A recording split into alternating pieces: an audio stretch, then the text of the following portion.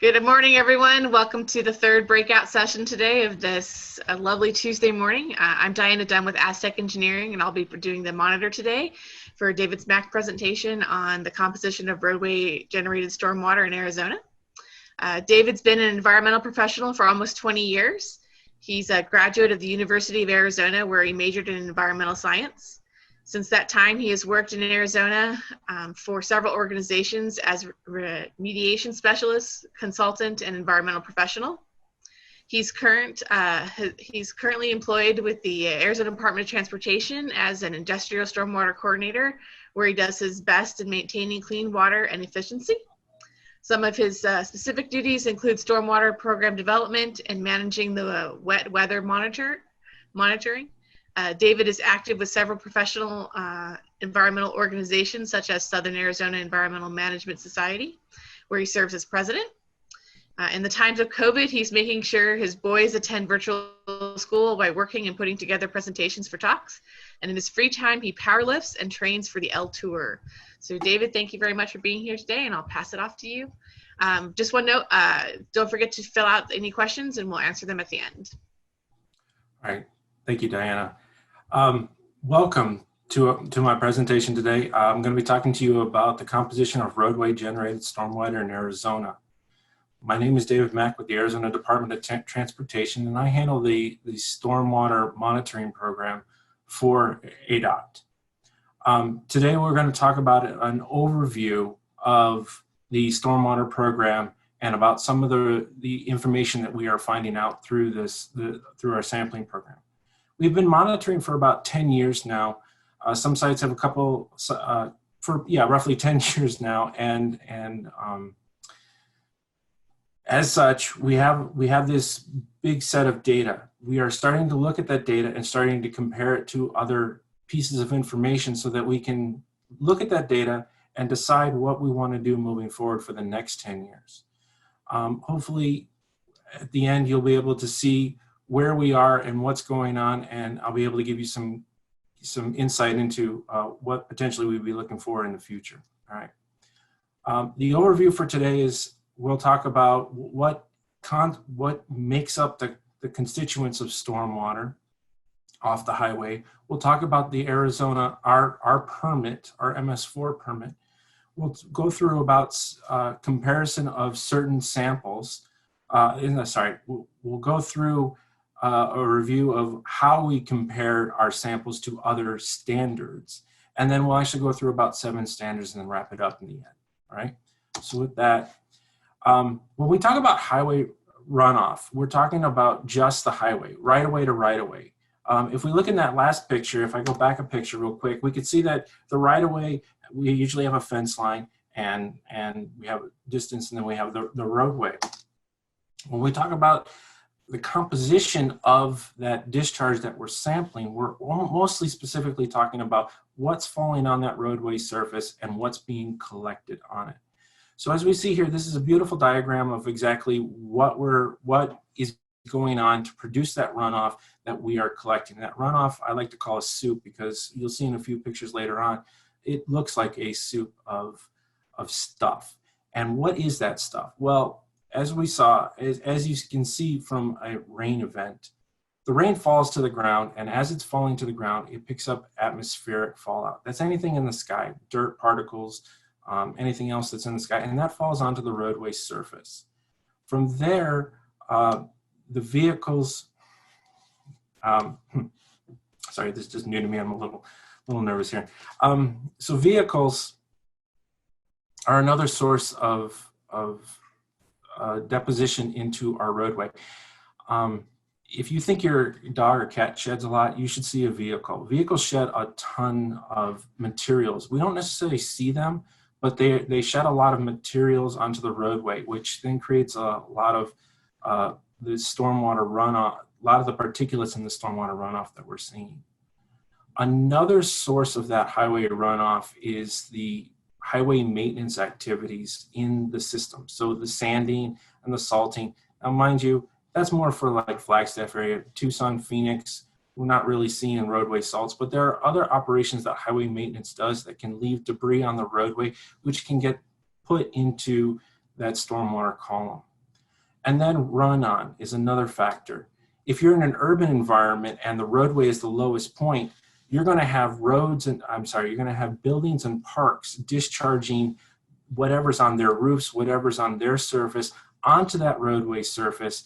And then that discharge is also going to be a part of that runoff soup that we're sampling. So there's many different factors to figure into this, the runoff equation. The reason why we're sampling is because we have a stormwater permit. We have a permit to discharge to waters of the U.S. ADQ issues us our permit, and we, in that permit, they basically list out 4 different types of requirements that we need to meet for our monitoring program. The first one is the sampling time of the year. The next one is sampling locations, parameters to sample, and then followed up by how to sample. And we're going to go through each one real quick. As we can see here on this slide, we have certain sampling times of the year. We have 2 seasons in which we can collect a sample in. The first one is the summer season. That runs from June through October of the year. And then we switch to our winter season, which is November through May. September time right now, we're still in our summer season. So we still have the potential, if we needed to, collect any additional samples throughout this year at any of our sites if we need to. But we have a sampling frequency of 1 sample per season. So when you look at our data, we're collecting 1 sample per season over the course of 10 years now. And while that is not statistically significant, over time, you can start using it to look at trends. It would be more ideal if we could have something more statistically significant, but we're only required 1 sample. We're only going to do 1 sample, and so we'll see that in the data. ADOT's required to sample at certain locations. The permit actually dictates to us where we are required to sample. Now, in this presentation, I'm only talking about the roadway locations. And as you can see, those are the green stars on the map. And they are in the north-south axis of the state. Nogales, Tucson, Phoenix in the West Valley, Sedona, and Flagstaff. But our program requires us to monitor at maintenance yards and at impaired water sites. I bring these up to show you how robust the program is and where else we are sampling. However, those 2, the maintenance yards and the impaired water sites, those are not included in this data. And you can see their locations on the map with the corresponding stars. Maintenance yards, we're looking at Nogales, Superior, Roosevelt, and Spring Creek, which is just outside of Sedona, and our impaired waterway sites, which is the SR 85 and the US 60 outside of Superior. Those impaired waterway sites will be going away here real soon, and we won't be monitoring them. Instead, we're looking at a different type of project for that, and hopefully in another year or 2, we'll be able to give you another presentation about what we're finding with those sites and the information from what type of information we are gathering from those sites. So the permit requires us to sample at the roadway sites, and it tells us that we are to collect a grab sample and a composite sample. A composite sample is a sample over the water column over time. And the best way to do that is using automated equipment. We've decided to use ISCO brand equipment to collect that automated composite sample over time.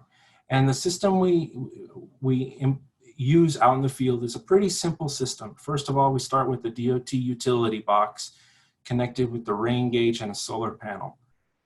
Inside the box, we use an ISCO 6712 conjoined with a ISCO 2105C modem to transport the data to a server. Now, depending upon the location in the state, you'll either see an avalanche unit, which is just a 6712 with a refrigerator attached to it, or just the standard round 6712, which is in the bottom picture there. From there, in the pipe itself or in the channel itself, we have a velocity sensor and a suction line. That's that picture right next to the round unit. And that velocity sensor is actually designed to detect the flow of water coming through that pipe while the suction line pulls it into the sampling units. And as you can see, we sample both pipes and channels. The channel up in the upper right is actually in our Phoenix area. And then finally, we get to our last picture with the red brick. This is our Sedona site. That's the soup we're actually collecting the sample from. So we collect the sample from there, and we send it to the lab, and we collect these sampling parameters. Pretty standard list and a pretty simple list when we look at it overall. Flow, pH, total dissolved solids, total suspended solids are some of our basic parameters that we collect. But we're also collecting nutrients such as nitrogen and phosphorus, organic toxic pollutants such as polyaromatic hydrocarbons, microbiological contaminants such as E. coli, and metals such as cadmium, chromium, and copper. And we'll see some of these in the results in just a few minutes. So as we look at what's going on when a rain event occurs, we look at a graph like this, and we see, just to identify whether or not we're actually collecting a proper sample or not. Looking at the chart, we follow the blue line. We see that we start collecting rainwater about 1/100 of an inch, and as rainwater accumulates over the area over time, flow, which is the orange line, is offset by time. There are many factors why there is the offset, but for this particular case, it was 30 minutes later, we finally started producing some type of runoff. Now, the permit tells us that we are required to collect a sample based on rain of 1/10 of an inch, flow of about 1 inch, and over the course of a 3-hour time frame. That's the sampling parameter which we actually can collect the sample and turn it in to the lab. So in this particular case, what we're seeing is that once the flow started, the sampling unit started collecting, which is the black dots at the end. And we get this type of information where we got 1/10 of an inch, about 1 inch of rainfall, the sampler starts, and next we're collecting this area under the curve, which is the flow proportional composite sample. This is our first flush that we're collecting. This is the area of potentially of the most pollutants and hopefully of the first storm of the year after a big dry period. And we're collecting that, and this is what we are analyzing, and this is what we are reporting in our data.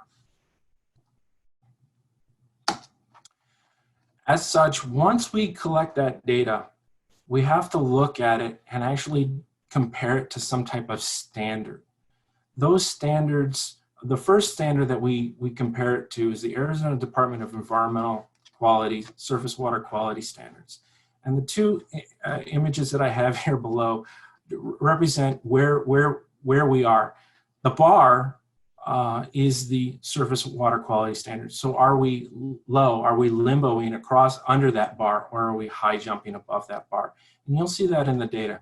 Every time we take a sample, we're comparing it to at least this standard. But for this overview, we really want to look at the data and compare it to other types of data. And in searching for it, we found some pretty good comparisons that we can look at. The first one is the Highway Runoff database. This database is made up of DOTs across the nation over time, and they've put into this universal, you can go and look at it yourself, database called the Highway Runoff database. And they've collected samples very similar to ours, same parameters, and they've input in the data. We've taken that database, downloaded it, and compared it to our results, and as you'll see in a few minutes. Now, the database is California heavy. There's a little, that could be a good thing or a bad thing. I wish there were more states in it, but as of right now, this is a good starting point to at least start looking at our data. And now we can actually start comparing our data to other DOTs instead of just to water quality standards. Another source of data that we're using in our analysis is the City of Phoenix stormwater data. They've collected between 10 to 20 years worth of data. It's publicly available through their website to look at.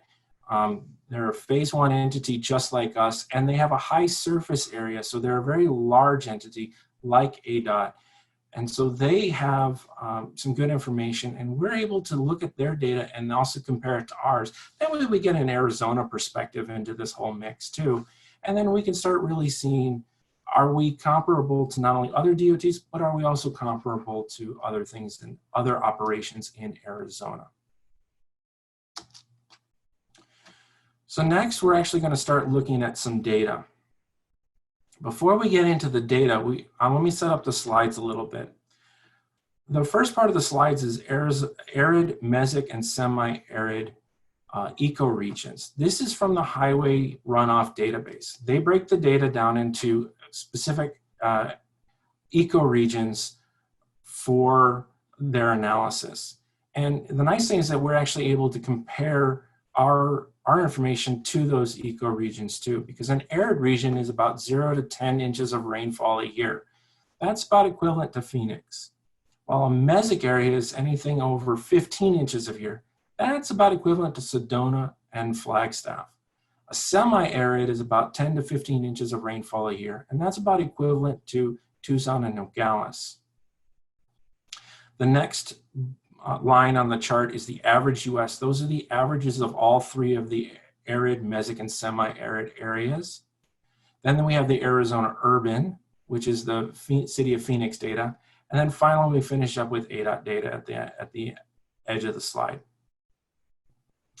For zinc here, zinc is ubiquitous to the environment. It's all over the place. It's naturally occurring in soils. It's very, it's all over the place. And where we see it in the highway areas is through corrosion-resistant coatings, paints, plastics, rubber tires, brake pads, motor oils, and lubricants. Rubber tires and motor oils and lubricants being two of the most that has zinc concentrations in it that are pretty high for the roadway surface. So it's all over the place. There's manufacturing operations that work with zinc and in plating, not necessarily plating, but in fabrication and steelworks. And there's also industrial sources of it through coal combustion and even just naturally in the environment through air lifting up soils and depositing them over surface areas, large areas of the state. So it's in our environment, it's there, it's naturally occurring. And when we start to really look at the ADOT's information, we're about on par with everyone else. We're all within about 50 micrograms per liter of each other. We're all with that 250 to 300 range. So when we really start to look at this, we see that the highway user database is actually a pretty good comparison to use. And we see that Arizona urban is also a pretty good comparison to use. So when we're really comparing apples to apples, when we start looking at the zinc concentrations over in the stormwater runoff. And while it's present, it's really low. When we start comparing it to the water quality standards set the limit at 28,000. The bar is way up there. This chart goes to 350, so we're many, many factor lower. While it's in our water column, it's not a heavy contaminant pollutant that is affecting water quality in any way. It's just there, it's present, it's occurring, but it's not harming anything at this point in time. So we're sitting really well with relation to zinc in the environment. Next, we're going to look at lead. Now, lead is one of those things that is in the environment and has been decreased in our environment over time. Originally, we used leaded gasoline. Lead can still be found in vehicles today. However, it's not as much as it used to be. It's decreased over time, and we can see that in the reflection here in Arizona urban and the ADOT's results. We're newer environments, more recent infrastructure, definitely post lead and gasoline standards. So we're really lower than everybody else. If we compare ourselves, the ADOT, to the Arizona average, we're several factors lower. If you look at the Mesic line itself, it's very high. That's a very wet, remember Mesic's being a wet environment, probably a wet environment, older infrastructure, many potential sources of lead contamination are possible. We're not seeing that here at ADOT. We don't have that potential. However, we are above the surface water quality standards of 15 micrograms per liter. So we do have a lead problem. Where is it coming from? How is it getting into our stormwater? We're not exactly too certain. And hopefully that's something that we can start looking at and reporting back to you in a future presentation. It is something that we are trying to figure out and something we are trying to rectify.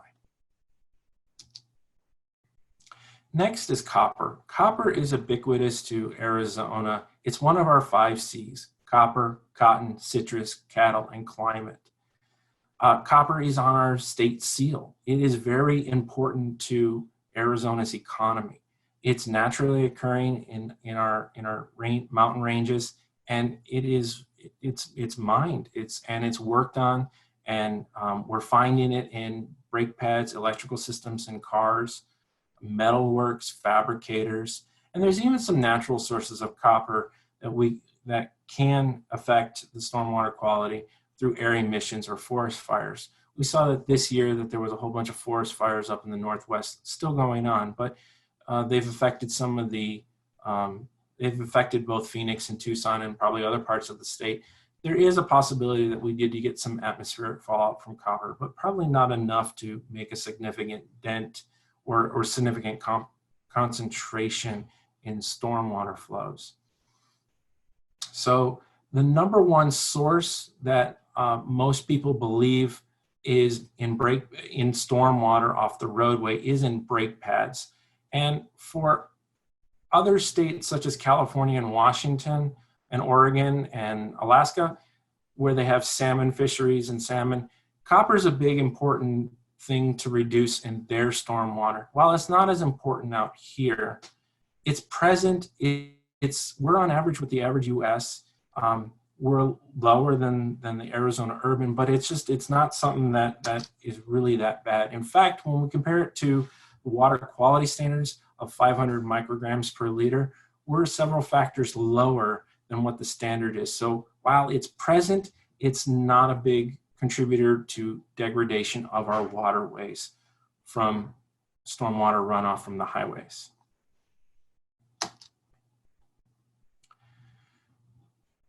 Next is total nitrogen and phosphorus. And what we're seeing here is that Arizona ADOT doesn't really apply fertilizers post-construction. During the construction phase, we put in the vegetation, we put in the seeding, we put in the plants. The fertilizers are applied at that point. From that point on, there's really no additional fertilizers we really put on the highway to maintain any of the plants or any of the vegetation. We just let it just naturally do its thing. So this makes sense in where we're really low on total nitrogen and total phosphorus. When we start comparing it to the rest of the country, they probably have to maintain their right-of-ways. So they're probably putting some type of fertilizer down. They're probably putting other types of chemicals down to maintain the greenery if they need to, or keep vegetation alive. I'm not exactly too sure, but that's speculation. But with the Arizona, if we compared ourselves to the Arizona urban, we can see that we're definitely way below that.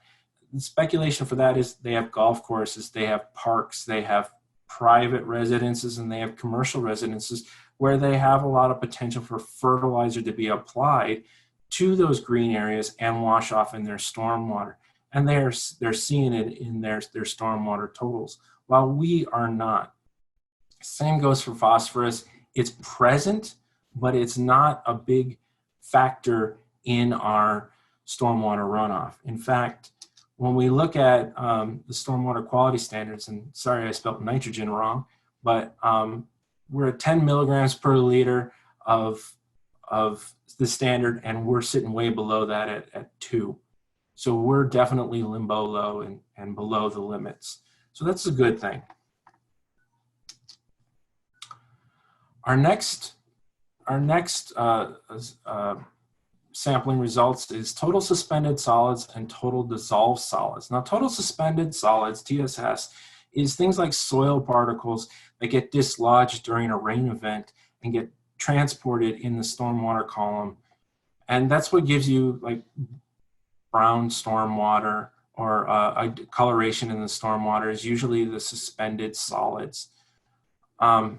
While TDS are dissolved solids in the stormwater column, such as metals and salts that actually dissolve in the stormwater column. They're present, but we can't see them. It doesn't really cause the discoloration.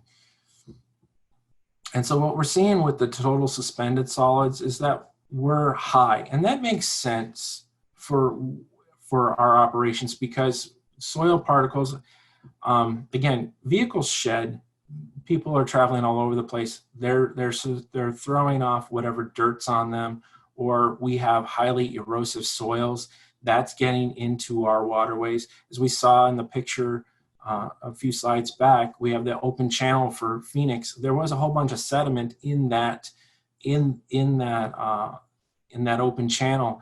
The roadway may not be producing it, but the open area of the open channel, the dirt and stuff, those soils are eroding into that channel, and that is causing suspended solids to be recorded in our water columns.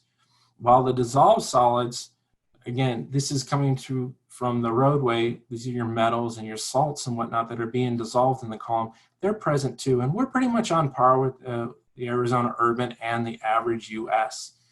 If we look at the total dissolved solids mesic, again, wet environment, probably older infrastructure, more ways that they're getting those metals and those salts into the environment. In fact, it probably is things like salts that are getting into their environment, wetter, colder, snow potential, roadway de-icing operations. That's probably where they're getting that high peak of total dissolved solids. But the nice thing is that if we compare them to the water quality standards, and in this case, we need to compare them to the EPA water quality standards for the total dissolved solids, we're looking at 500 milligrams per liter. Again, we're way below that, several factor lower. It's in our water. It's not a big issue. We're not causing massive contributions to the waterways, and it's there. There is no standard for total suspended solids. So at this time, so while it's present, we're recording it. We feel that we're sitting pretty good with it, and it is what it is. E. coli. Now we're not comparing it to the highway runoff database because while those DOTs may be recording E. coli in their waterway, they're not reporting it in the database. So in this case, we only have the Arizona urban to compare it to. Now, E. coli is used as an indicator organism to see if human sewage is present in your water column, and if you have E. coli, you most likely have some type of nasty vectors, viruses, parasites, potentially something else in your water column. We use it as an indicator organism and an indicator organism only. However, ADOT system is not connected to any type of sanitary sewer system or septic systems. So we're not exactly 100% too sure where the E. coli is coming from with respects to human waste. What we think is going on here is that the E. coli is coming from non-human waste. Birds, cats, dogs, rodents, anything that is in the right-of-way, that is using the right-of-way. We have trees in the right-of-way. Birds use trees in the right-of-way. Birds put nests in trees. There's a whole bunch of E. coli potential in there. That's getting washed down in the rain. Again, here we have a run-on from trees coming into the right-of-way. They're carrying E. coli with them. That's getting in the right-of-way. That's where we think our sources of E. coli are coming from, non-human sources. When we look at the Arizona urban, more potential surface area for there to be E. coli sources, parks, golf courses, buildings.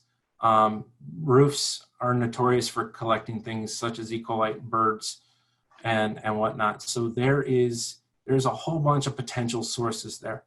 Now, when we compare it to the standard, we're looking at 235 is the bar. So we are exceeding that. We're roughly sitting at about 2,000, most probable number to 1,000 milliliters.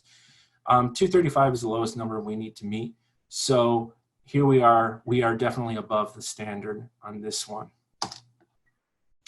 And then our last standard we're going to be looking at, our last set of data we're going to be looking at is PAHs. We're comparing it to, again, the highway runoff database.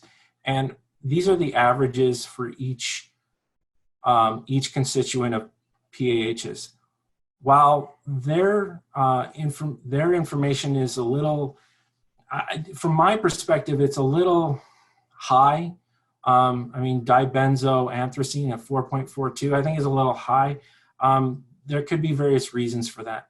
However, when we start looking at the ADOT results, while we do have hits for PAHs in the water column, they're not really something that we're seeing. We're not above any type of standard. And we see it there, but it's not something that's really important that we need to start employing, for instance, oil booms or some type of oil removal operations at this time as a BMP. So it's there, but it's not there at the same time. So the best way to describe it is if there really truly is a solution to pollution, which is dilution, this would be it. All right. So I have some conclusions I'm going to go over with respects to what we're finding out and what we're doing from here on out. Okay. First is we've been collecting data for over 10 years now, and we're really starting to look at the data. This talk and this information session is more about what's going on, what we're seeing, what trends we're seeing, how we're comparing the data and things like that, so that we can really get an idea of where we are so we know what we're doing moving forward. The next part of our conclusions is what we're definitely seeing is that other DOTs are collecting this information, and that from there we are pretty much on par with those other DOTs. They're wrestling with the same problems we are. They're having, but their data is being reported about the same as ours. And while we need to do some further research into pollutant sources such as E. coli and lead, we need to understand where they're coming from and how they're getting in our water column. And then finally, to wrap this up, some questions came up during this research and what was going on. Are we sampling in the right places? We found out doing this that one of our sites, we couldn't get reliable, consistent data. We were constantly having no data at a certain site.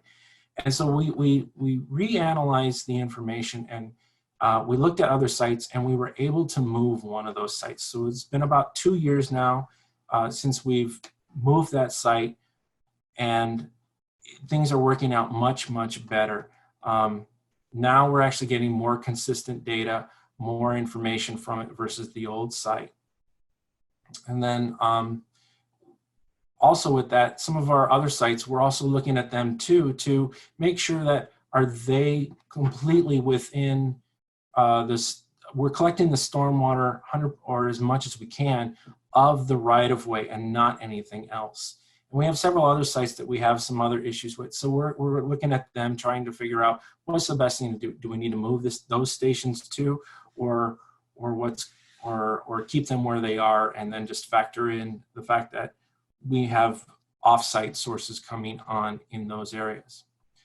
Next, are we looking for the right things? We're a DOT. We're not a city, and while certain metals are okay to be looking at, we look at things like mercury and cadmium. those things are just not found in the water column. We're not seeing them at all. We've been sampling them for 10 years and we have 0. So why are we sampling for them? Things like E. coli. Should we be really sampling for E. coli if we have no sources of human waste in our right-of-way? If we don't have that potential, we shouldn't be sampling for E. coli.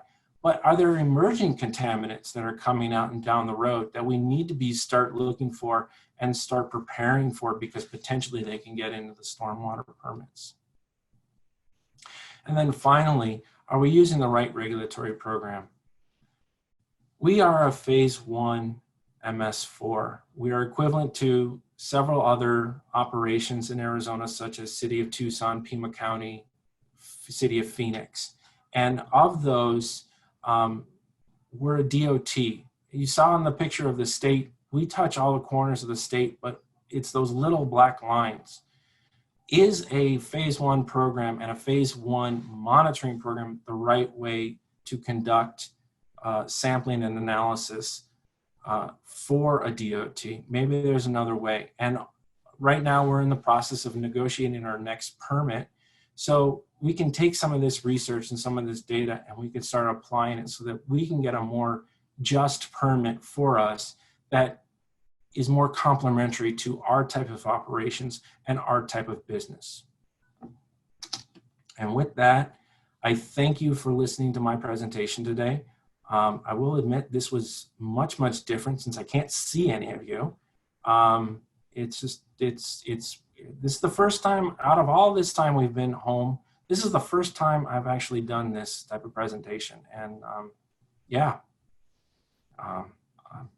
let's go with it. But if you have any questions, there's my email address. Diane, if you have any questions that popped up, I'm willing to. I do. We have about 4 questions, and we should hopefully be able to get to all of them. The first one is 2 parts. So it goes, when it comes to velocity and volume, has the data helped inform roadway designs that you know of? In other words, have you learned anything about roadway generating stormwater that roadway designers could support to increase efficiency of drainage? No, we haven't. We haven't really. We've been working in our own silo for the past 10 years.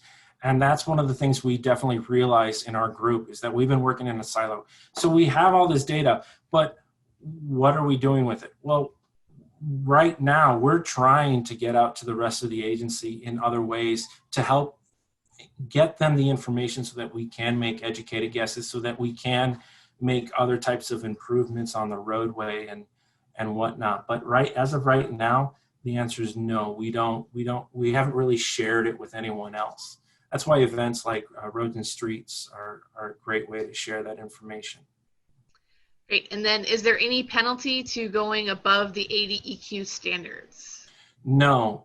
So when we go above, what we have to do according to the permit is start to look for sources. And so I have my consultants go out and try to identify sources. When it comes to the lead, though, that one in particular with one site, we're actually going to draft up a research project.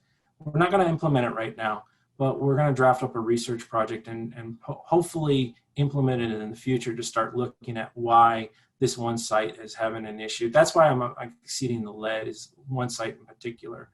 But there's no violation for going over at this moment in time. We just reported to them that we were over the limit. And then, how will this data inform both the roadside design, and I would like to also ask about how it may affect maintenance operations?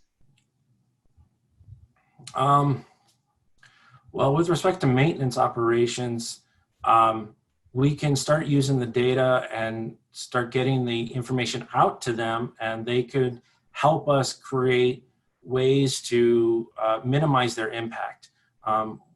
We have a BMP manual, Best Management Practices manual, and we can start, we need to get out to them and start saying, hey, look, this is what we're seeing. How can you guys help us? And start working together collaboratively. With respects to other parts of the agency, again, we need to get out there. We need to speak to them. We've been working in the silo. This is something that I hope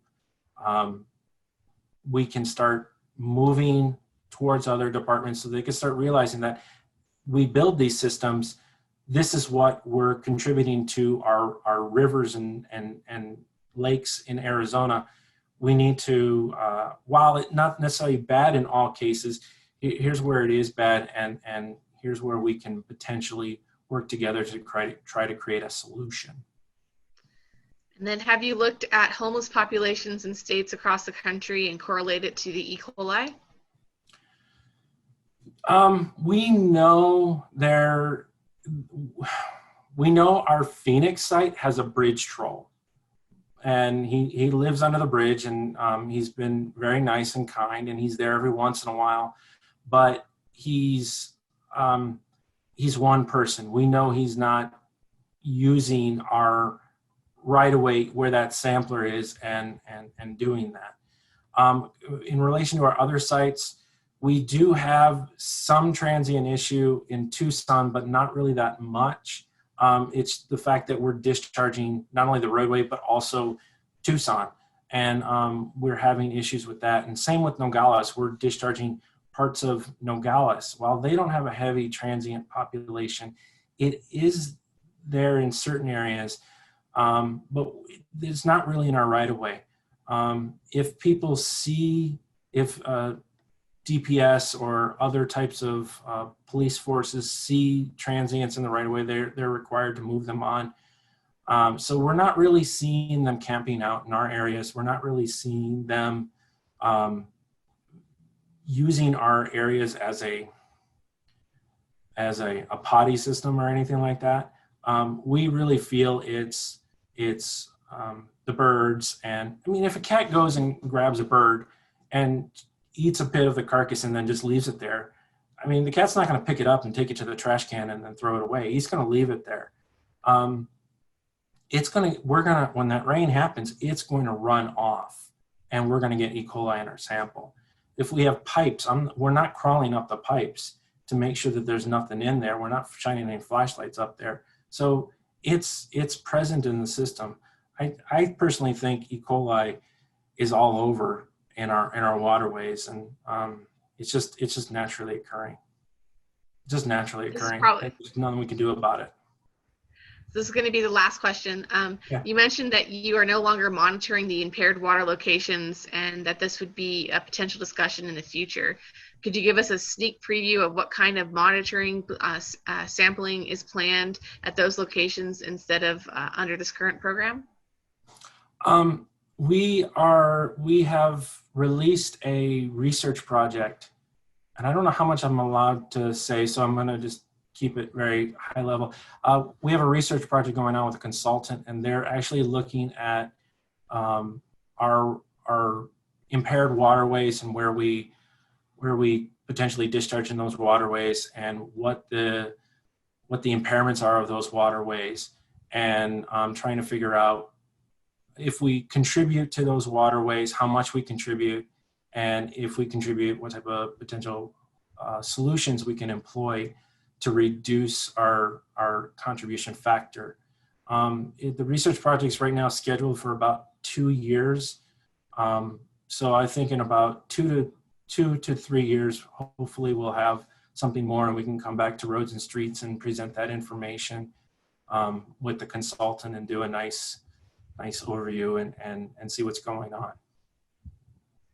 So that's what we're looking forward to. I think we're probably down to our last minute. We did have one other question. It was just how our state compared to other states in terms of dissolved solids, if that's the right term.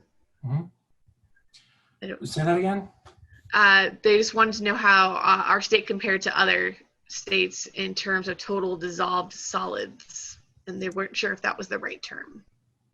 So hold on, let me back up those slides. I can do that on my screen, but I can't do that on that one. Yeah. There we go.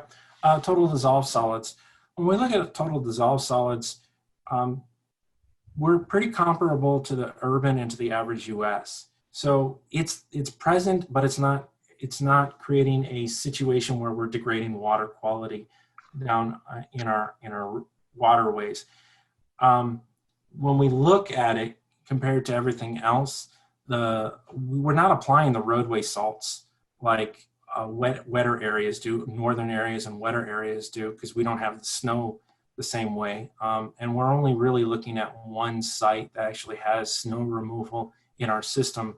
We're actually monitoring it, but we're not really seeing a lot of the dissolved solids in the water column so that it's impactful. It's present. I mean, it's going to be present. We're going to have them there, but this is pretty much what we're seeing with respects to that. Great. Well, that's going to be it for our time today. Thank you everyone for attending. And don't forget, there is one more presentation today. It's the speaker. The main stage will be open at this time. And thank you very much for attending. All right. Bye.